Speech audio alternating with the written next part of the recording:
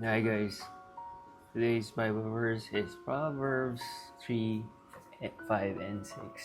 It says, "Trust in the Lord with all your heart and do not lean on your own understanding. In all your ways acknowledge Him and He will direct your path."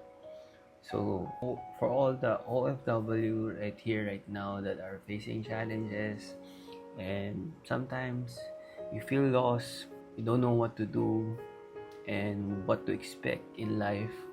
So sometimes we just have to trust on Him because His thought is not our thoughts. So talagang different siya.